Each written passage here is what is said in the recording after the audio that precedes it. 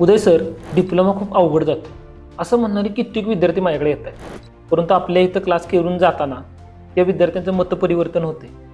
अशीच एक कनिका म्हणून माझ्याकडे विद्यार्थिनी आली होती आणि त्या कनिकाचे किती विषय राहिले होते? 14. किती? 14. आश्चर्य वाटलं ना? मलाही आश्चर्य वाटलं. त्यावेळी ती पालकांसमेत माझ्याकडे आली. त्यावेळी पालकांशी बोललो. पालकांची खरंच मनस्थिती नव्हती की तिनं डिप्लोमा कंटिन्यू करावा.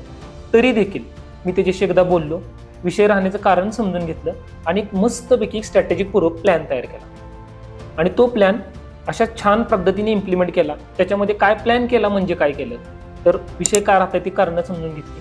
दुसरी महत्त्वाची गोष्ट, मागच्या वर्षीचे प्रिव्हियस क्वेश्चन पेपर आहेत त्याचा व्यवस्थित अभ्यास केला. कोणते प्रश्न रिपीट पडत आहेत, यावर्षी कोणते प्रश्न रिपीट पडण्याची शक्यता आहे, अशा प्रकारच्या सर्व गोष्टींचा अभ्यास केला.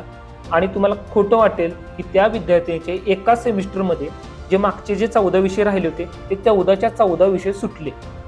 खरंच आता ही कनिकाची स्टोरी झाली. पण अशाच बऱ्याच विद्यार्थ्यांच्या बाबतीत प्रश्न असेल ना, तर विद्यार्थी मित्रांनो, डिप्लोमा एवढा अवघड नाही. केवळ पास होणं हा उद्देश नाही, तर पासिंग बरोबर तुम्हाला सर्वोत्तम मार्क सुद्धा मिळू शकतील. फक्त काय आहे की एक 2-3 गोष्टी तुम्ही लक्षात ठेवल्या पाहिजेत.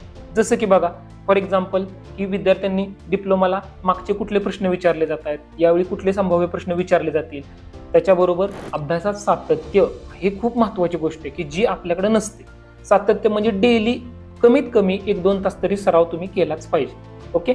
आणि अजून महत्त्वाचे जे काही डाऊट्स असतील, अशा तुमच्या काही जर शंका असतील की सर मला डिप्लोमामध्ये ह्या शंका आहेत, तर अजिबात टेन्शन घेऊ नका. उदय सर आहेत ना,